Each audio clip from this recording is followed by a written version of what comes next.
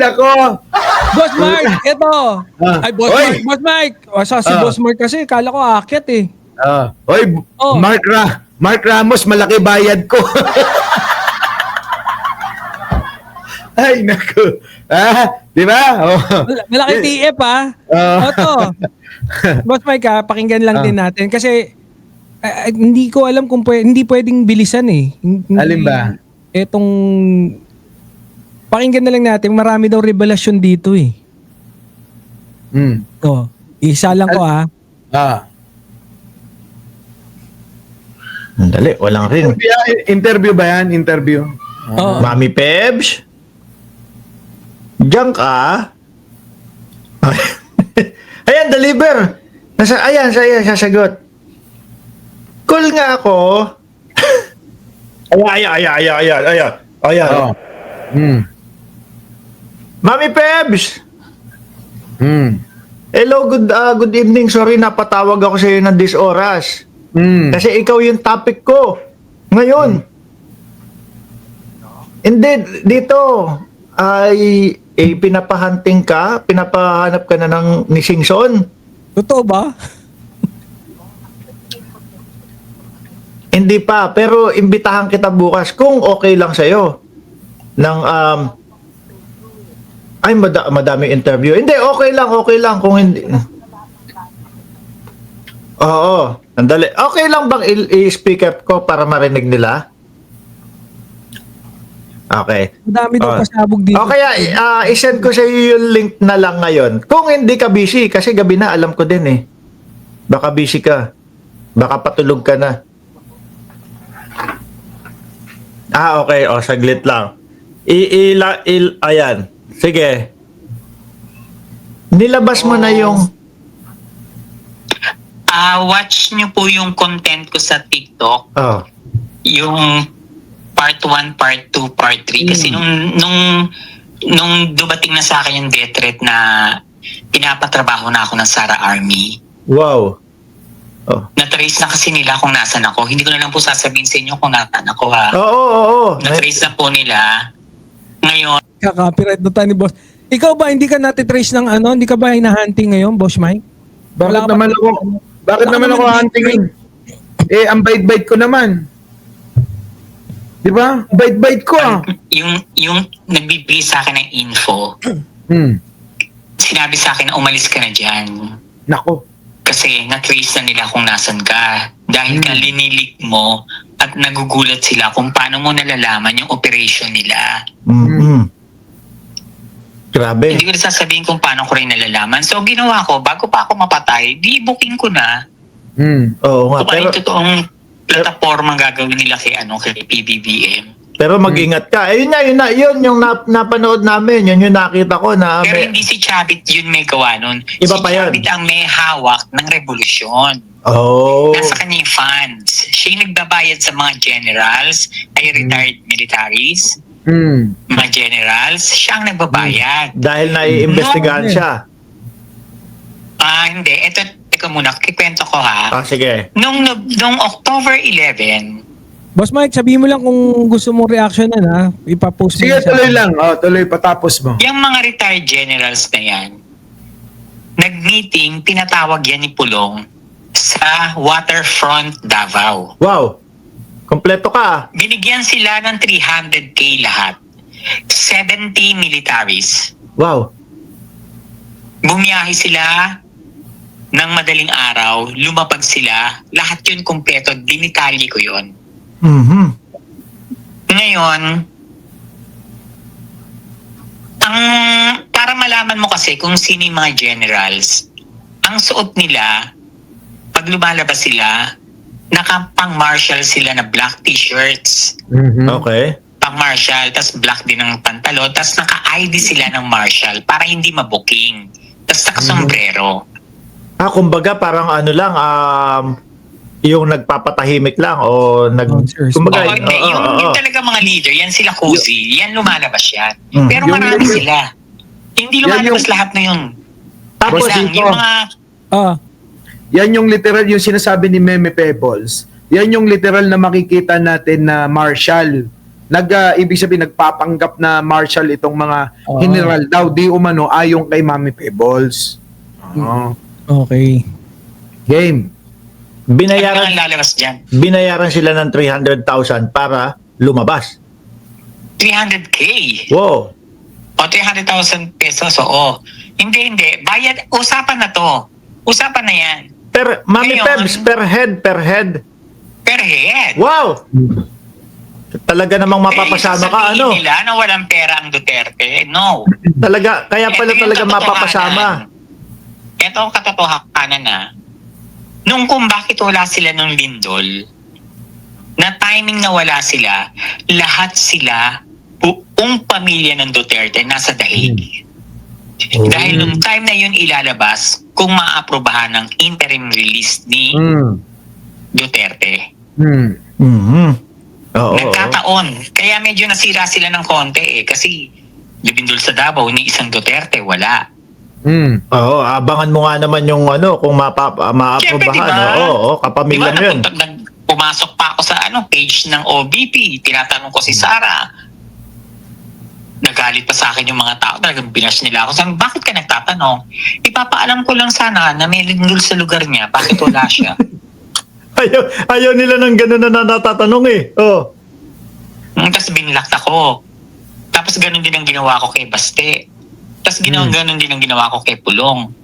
Kay Kitty, lahat. Tinanong ko sila para malaman ko kung wala sila. And may nag-inform na sa akin na wala sila.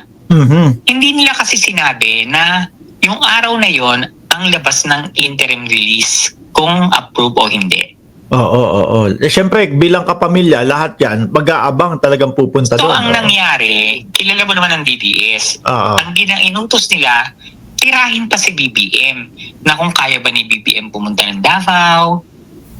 Nakapunta.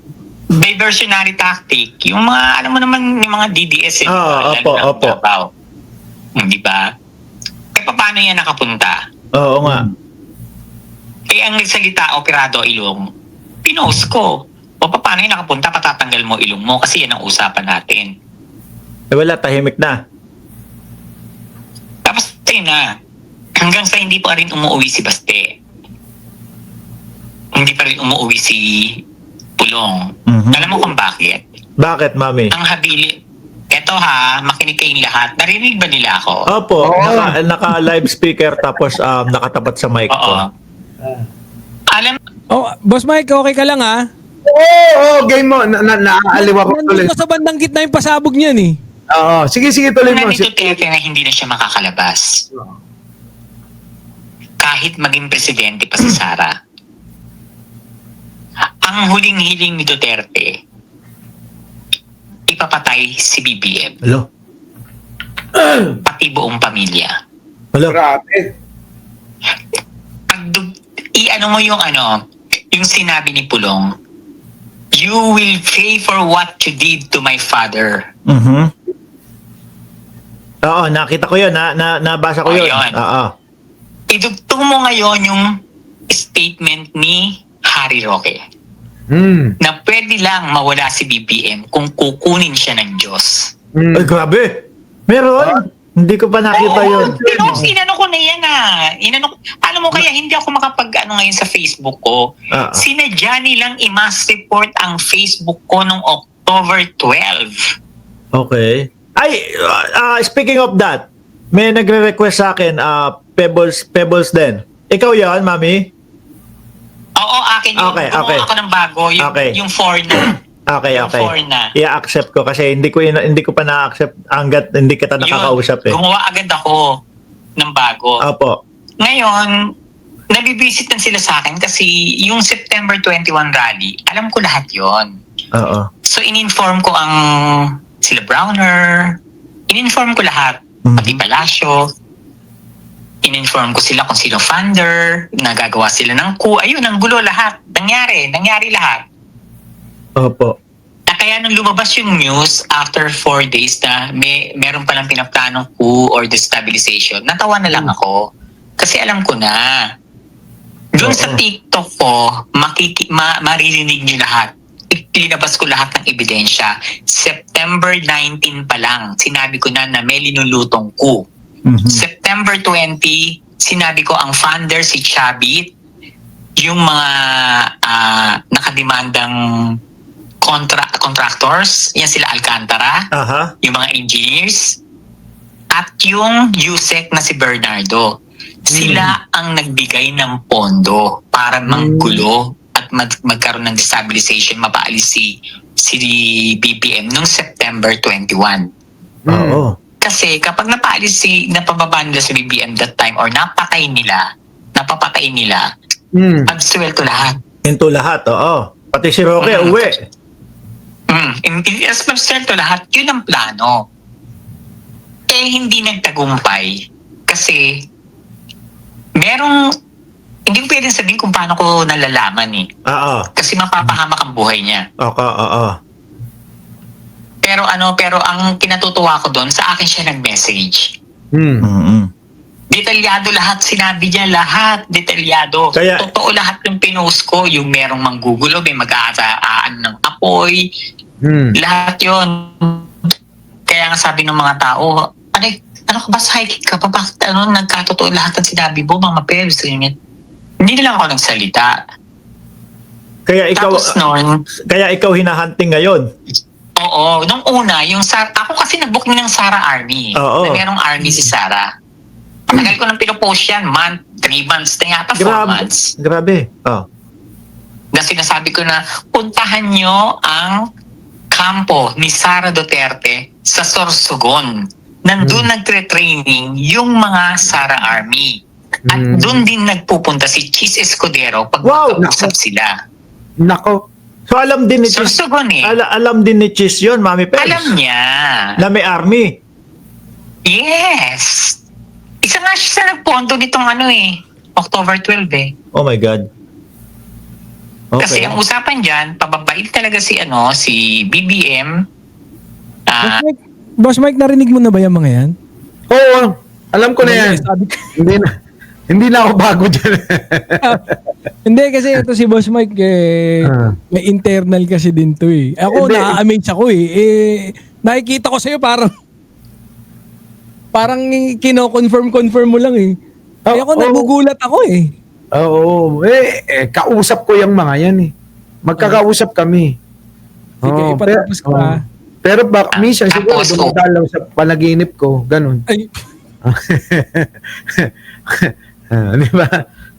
Upo si Sara, absuelto lahat. Nako. Grabe.